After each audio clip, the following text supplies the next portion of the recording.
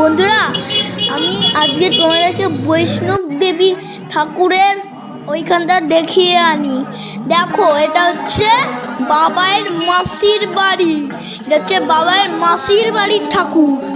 হ্যাঁ, মাসির বাড়িতে নয়, মাসির পাড়ায় অনেক অনেক অনেক ঠাকুর পুজো হয়। ভোলে বাবার সামনে মা বৈষ্ণব দেবী বসে আছে। আমি এমনি গণেশ নয়, আমি এমনি গণেশকে ভালোবাসি না, সিদ্ধিবিনায়ক গণেশকে ভালোবাসি আমি। ওই জন্য আমার মাথা সবসময় বুদ্ধি থাকে। এখানে গণেশের বাবা আছে, ভোলে বাবা। সিদ্ধিবিনায়ক গণেশ এখন পড়াশোনা করছে। কত রূপ সিদ্ধিবিনায়ক গণেশের, কত রূপ। জায়গাটার নাম হলো গমনাপুর। শ্রীরামপুরের দিকে যেতেই এই জায়গাটাকে পড়লাম। একে একে কত ঠাকুর দেখলাম, এত হাতা, আমার পায়ে ব্যথা করছিল। আমি বাবাইকে বললাম যে মাসির বাড়িতে গিয়ে একটু বসবো। আমি অনেকক্ষণ পর ঠাকুর দেখে তারপর মাসির বাড়ি গিয়ে একটু বসলাম। অনেকক্ষণ ধরে পায়ে ব্যথা করছিল। আমি মাম্পি গুগু আর বাবাই এলো, দাদা এলো না। দাদা এলে দাদার সঙ্গে খালি যেখানে সেখানে ঘুরতো, যেখানে সেখানে কোথায় হারিয়ে যেত, যেখানটা পাচ্ছে সেখানটায় চলে যাচ্ছে। আমি ওই জন্য দাদাকে নিয়ে আসিনি, সবসময় খালি হারিয়ে যায় দাদা।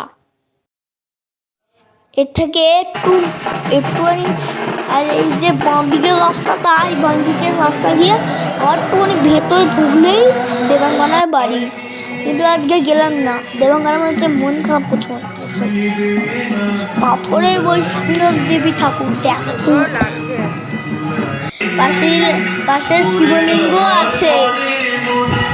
নিমকি, কফি এসব খেয়ে তারপর বেরিয়েছি ঠাকুর দেখতে শিখে। আমি চিঁড়ে ভাজা ভালোবাসি বলে ওই জন্য আমাকে চিঁড়ে ভাজাটা দিয়েছে।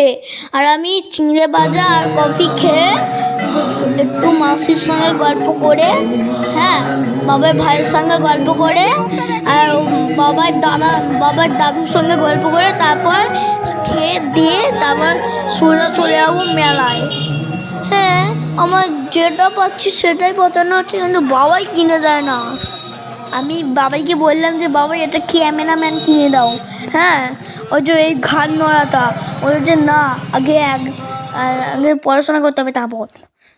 মেলায় কিনে দেয়নি, মেলা থেকে ওই যেখান থেকে বাবাই যেখানে গেছিল সেখান থেকে কিনে নিয়ে এসছে আমার জন্য। এত দেখো, আমি মেলা চলে এসেছি।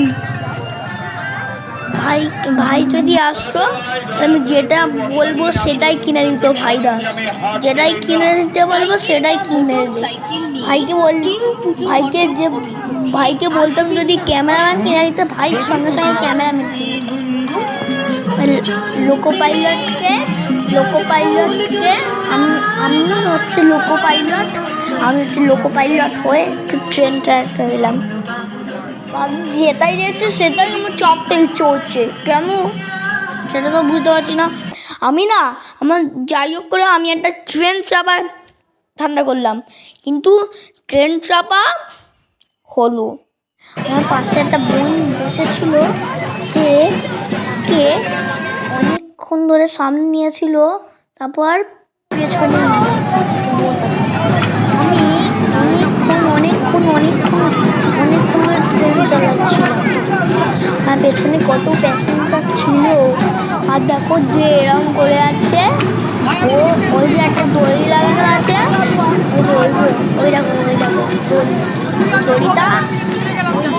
দড়িটা তো ঘুরছে, দড়িয়ে ঘুরছে, ট্রেনও ঘুরছে। একটা বড় লাঠি লাগানো আছে, ওইখানে দড়ি লাগানো আছে, ওইখান থেকেই এটা চালু হয়েছে ট্রেনটা। আমি এই ট্রেনের তো ভয় পাইনি। কি বলবে আমাকে? আমার কোনো ভয় নেই এই ট্রেনটায়।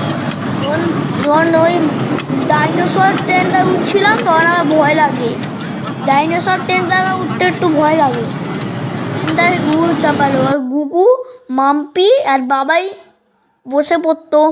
আর বোনের পাশে। ট্রেনটা চালিয়ে নিলাম, হয়ে গেল। তারপরে এবার মাসি ঠাকুরের পোলাও আর পায়েস প্রসাদ দিচ্ছে, আমি খেলাম।